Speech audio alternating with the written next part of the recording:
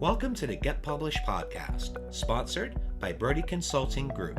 To get more information about our coaching, publishing, executive ghostwriting, and podcast production services, go to getpublishedpodcast.com. Hello, I am Paul Brodie, and thank you for joining us for another episode of the Get Published podcast, where we help authors get published with a proven system that works. Today, we're being joined by Tim Lewis, author of Social Media Networking. Tim, welcome to the show.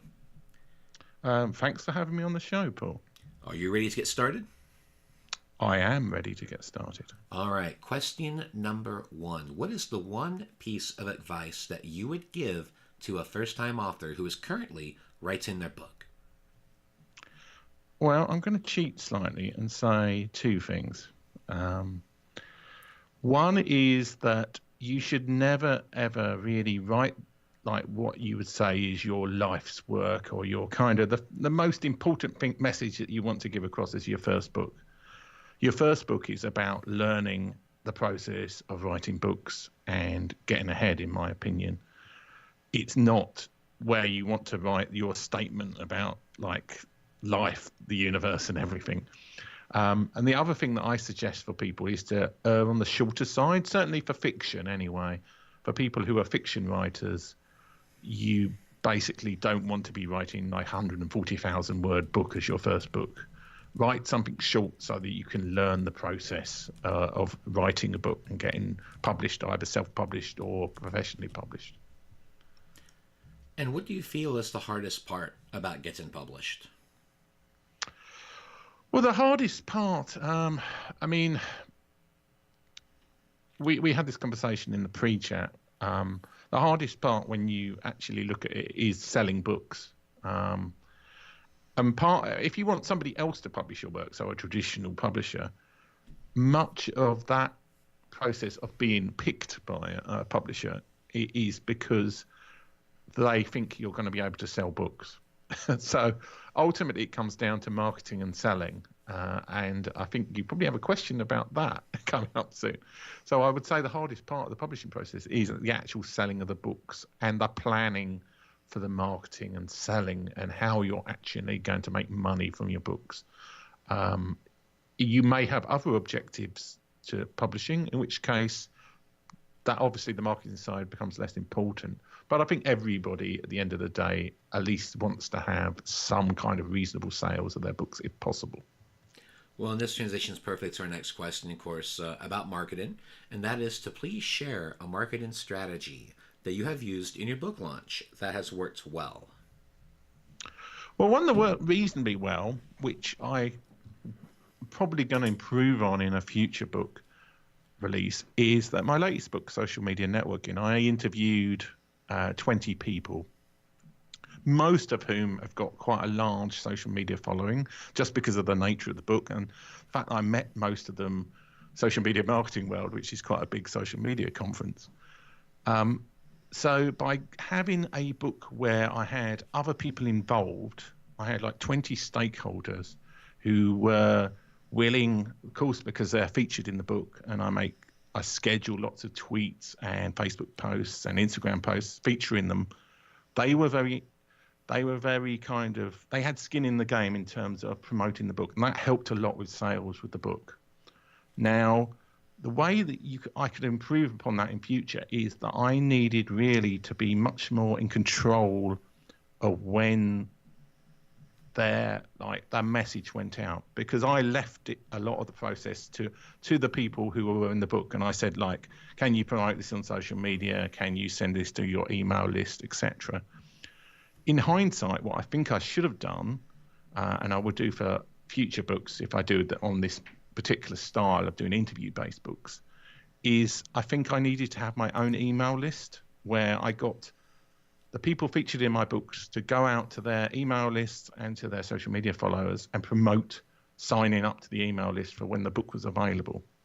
Because I think that would be a really efficient way to basically get that surge in sales that's needed to chart highly in Amazon and the other sort of ebook and other book charts. So that would be my tip about how to market this particular style of book. I mean, I think in general, and I'm sure you say this to your authors, it's all about just getting that surge of sales, and that has to have some kind of planning involved in it in some way.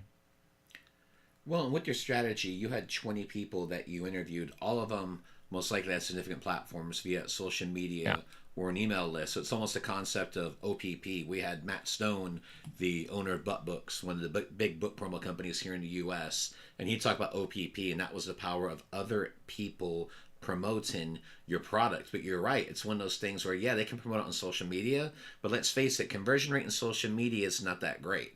The main thing for social media is awareness and branding. Where you get the conversions is in the email. So I love the fact that you talked about wanting to utilize your list, but also having the influencers commit to at least sending 1 or 2 emails about the book when it goes out, or giving little sneak previews like you talked about with the post that you would set up for them, where they could take that, repurpose it, put it into an email, and then cover it that way as well.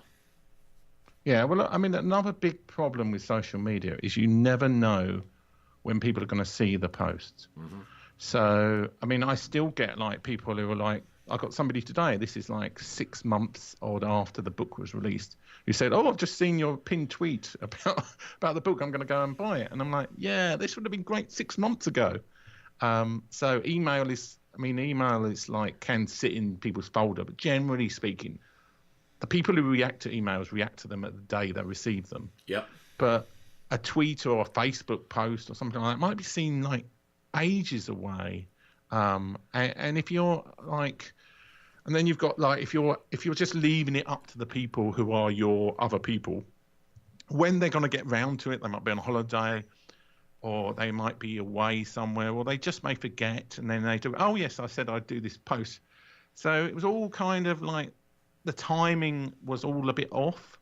I got decent sales at the beginning, but I would have got much more if I had taken total control of the process, and before the book was released, gone out to them and said, get your list, get your followers to my list, and let me be in charge of how to notify people. So for the benefit of hindsight, that's what I would have done.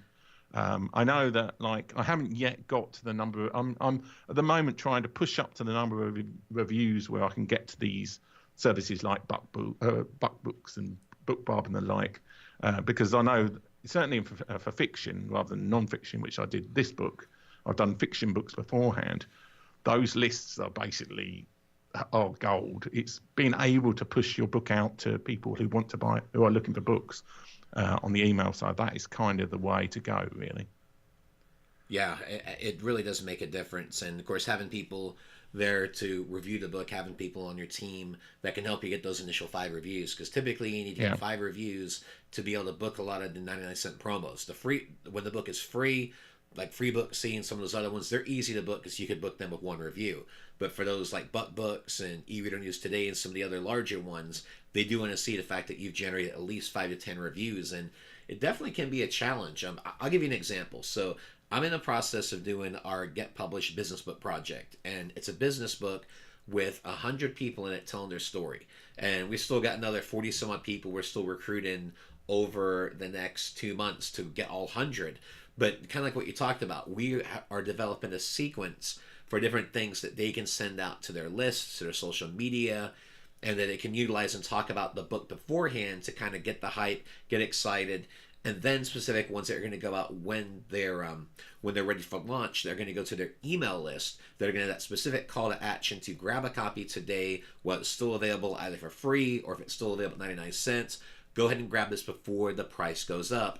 You're going to hear 100 stories from people from across the spectrum, people that are in the startup process of their business, the scale up, the blow up, and the world domination. Those are always the 4 segments I always talk about in regards to business. Unfortunately, we have a diversity of people at all those levels, but you're right. You have to set up systems and processes and constant reminders. I think that's the other thing too. You have to remind people constantly. It's just human nature. They have a lot of things going on. So if you're going to have 20 influencers, it's one of those things where you do have to nudge them a little bit. Because trust me, with 100 people in our business book, we're having to do a whole lot of nudging just to make sure, hey, we know you're busy, you have a lot going on. But this is what's going on with the book. This is how it benefits you. So here's everything for you. Just send it out. Yeah. I mean, that's somewhere I've like, certainly in the US reviews, I've started in the process where I'm having to chase people because I haven't even got everybody in the book reviewed it yet. And it's kind of like, I mean, it's difficult being based in the UK from an author perspective. And certainly I had this problem with my fiction books because I would get reviews in the UK Amazon store, but I want them in the US Amazon store. Yep. And certainly there's something that I talk to people about is that for their first book, they will get a lot of reviews from family and friends and people. But for later books, won't necessarily, because people kind of show up and they'll like write. Some people will write you a review without even reading the book. In fact, I think a lot of people write reviews without reading the book just because they want to show support for the person. But if you're not based in the country, like where you're trying to get reviews, then that is harder in itself. And that's where these aggregate books, where you've interviewed like 200 people in the US or whatever, that's where that approach works really well, because you may have family or friends in the UK or France or wherever you're based, but it's all most of it comes down to the Amazon.com site at the end of the day. Yeah, that's where the business is. That's where the traffic is, because and it definitely is a process to remind people. Because you're right, when you get your first book out there, you're gonna have more people support you, but they're not gonna be the same people that support you for the second and the third book. No. I mean, fortunately for our launch for our 14th book for Podcast 101, we went through a lot of this 2 weeks ago, where we put the book online, live on Amazon. Fortunately, we didn't have to reach out to too many people. I think we reached out to like 45, 50 people.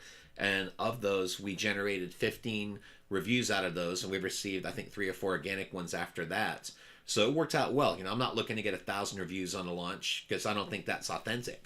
I think if you can get 15 to 20 reviews during your launch, that's a lot more legit, and especially if you can get organic ones that flow with that. So the nice thing is, are you going to have that same family and friend support after your first book? No. But you're going to have people that you built relationships with over the past several years. So when you're launching like your 14th book, then those people are going to be there for you, and you're not having to reach out to hundreds of people. So it has that balance with it. Yeah, I mean, and those later people, assuming you don't do what I do and keep changing genre or style of book, those later people will be much more faithful in terms of like, they are the kind of people that like the kind of books you write. So if you're somebody who writes about fly fishing, then your family and friends probably don't care less about fly fishing. Some of them may, some won't. But the people who are your like regular readers of your book, they like fly fishing, and they will be infused by your books unless they're terribly poorly edited or something along those lines. So those later supporters are actually a lot better in a way, because they are people who genuinely care about the books. They're not just supporting you, they are supporting the books themselves.